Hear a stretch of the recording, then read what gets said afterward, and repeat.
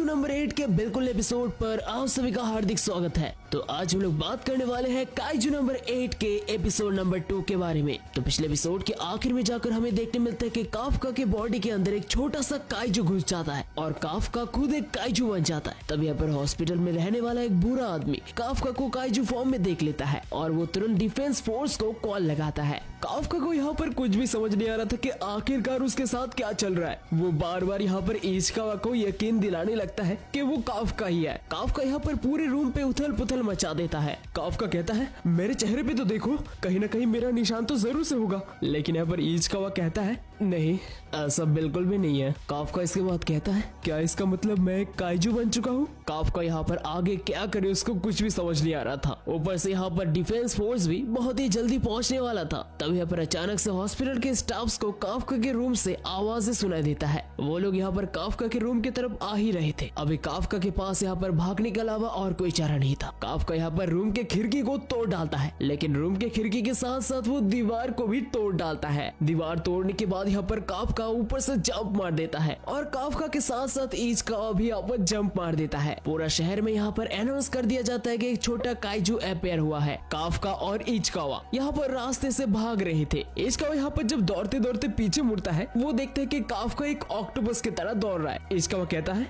तुम असल में काफका ही हो ना? मुझे अपने आंखों में विश्वास नहीं हो रहा है। अचानक से यहाँ पर काफका के काइजू वाले बॉडी से और 2-3 सर निकलने लगते हैं। इचिकावा कहता है वो सब क्या है? क्या तुम्हारा कोई स्पेशल मूड एक्टिवेट हो चुका है? काफका कहता है अरे ये तो मुझे भी जाना है। इसके बाद अचानक से काफका का मुंह खुल जाता है और उसके मुंह के अंदर से एक और बड़ा सा मुंह निकलने लगता है और वो आसमान पे उड़ते हुए चिड़िया को खा लेता है। वो चिड़िया खाने के बाद यहाँ पर काफका का बॉडी यहाँ पर कंट्रोल में आ जाता है। दौड़ते दौड़ते अचानक से काफका कहता है वैसे इचिकावा एक बहुत बड़ा प्रॉब्लम आ चुका है। दरअसल मुझे बाथरूम में जाना है। ये सुनकर इचिकावा बहुत ही ज्यादा भड़क जाता है। इचिकावा कहता है आपका मतलब क्या है? जितना हो सके रोक के रखिए। काफका कहता है मैं इसको रोकना तो चाहता हूँ, लेकिन मेरा शरीर मेरा बात नहीं सुन रहा है। काफका यहाँ पर और रोक के नहीं रख पाता और वो अपने काइजू फॉर्म में ही नेचर्स कॉल का आंसर दे देता है। काफका ये रियलाइज करके बहुत ही ज्यादा डिसअपॉइंट हो जाता है। काफका कहता है अभी मेरा क्या होगा? अभी मुझे कोई भी लड़की नहीं देगा शादी करने के लिए।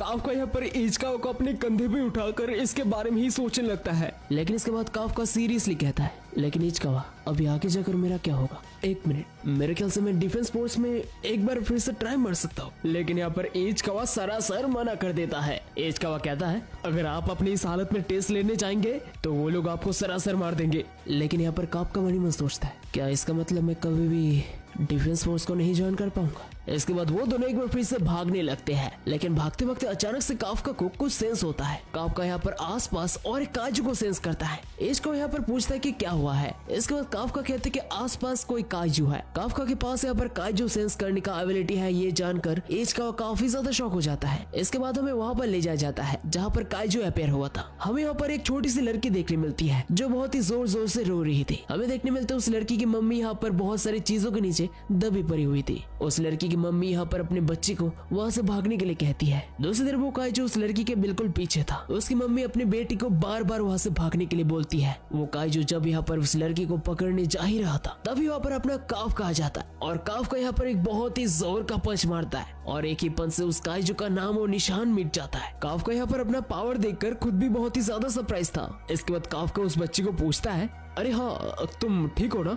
लेकिन वो छोटी सी लड़की काफका के काइजू फॉर्म को देखकर बहुत ही ज्यादा डर जाती है। काफका यहाँ पर उसे अपना जीभ निकाल के हंसाने की कोशिश करता है, लेकिन इससे वो लड़की और भी जोर जोर से रोने लगती है। लेकिन इसके बाद वहाँ पर और एक काइजू अपेयर होता है। काफका यहाँ पर इचिकावा को उन दोनों का ख्याल रखने के लिए कहता है। इसके बाद काफका अपने फिस्ट में अपने पूरी ताकत को कॉन्सेंट्रेट करता है और एक ही पल से उस काइजू का नाम और निशान मिट जाता है। इचिकावा और वो लड़की वो दोनों ही ये देखकर काफी ज्यादा शॉक हो जाते हैं।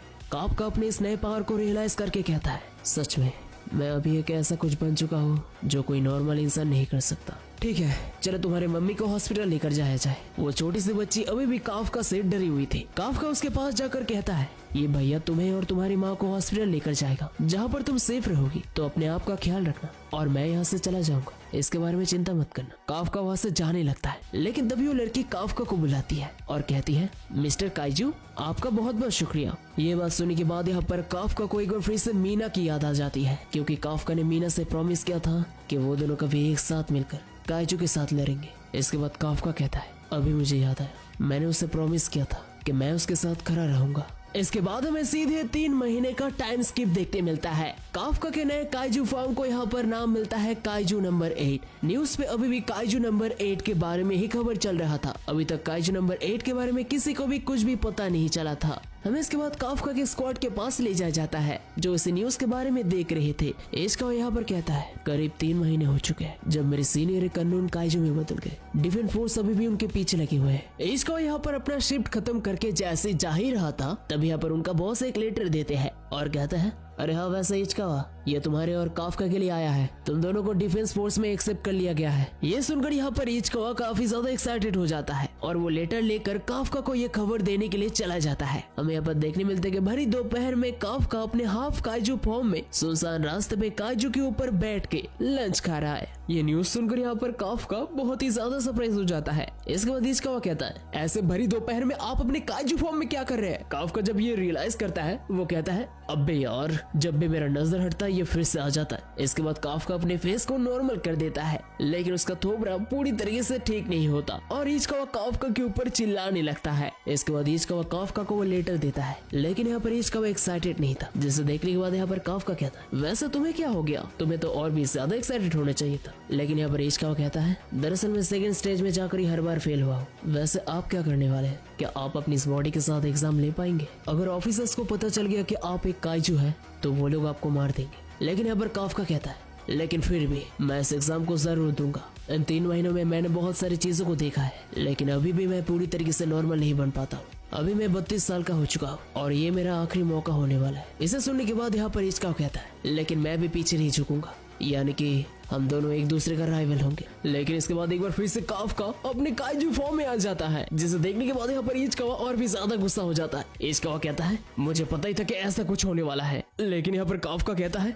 अरे नहीं नहीं रुक जाओ, मैंने कहा ना कि मैं अपने नॉर्मल फॉर्म पे आ सकता हूँ, मेरे ऊपर भरोसा करो। लेकिन इसके बाद इश्कावा हार मान के वहाँ से चला जाता है। इसके बाद हमें 10 दिन बाद सेकंड स्टेज में ले जाया जाता है और आज था इश्कावा और काफका का ट्रेनिंग का दिन। डिफेंस फोर्स का इतना बड़ा बिल्डिंग देखकर वो दोनों ही काफी ज्यादा शॉक हो जाते हैं। बिल्डिंग के बाहर यहाँ पर हर तरफ ऑफिसर्स ही ऑफिसर्स थे, तो यहाँ पर काफका को और भी ज्यादा केयरफुल रहना था। काफका कहता है, जो भी हो यहाँ पर खड़े रहकर सोचने का कोई फायदा नहीं है, वैसे हमें जाना कहाँ है? काफका जब इसके बारे में सोच ही रहा था तभी अचानक से एक लड़की काफका को ओल्ड मैन कह के बुलाने लगती है। काफका इसके बाद पीछे मुड़ता है। वो लड़की कहती है, हाँ मैं तुम्हें बुरा आदमी कह रही थी। काफका यहाँ पर अपनी तरफ इशारा करके कहता है, क्या बुरा आदमी? मैं अभी भी 32 का हूँ, मैं कोई बुरा आदमी नहीं हूँ। लेकिन वो लड़की कहती है, हाँ इसीलिए मैंने तुम्हें बुरा आदमी कहा था।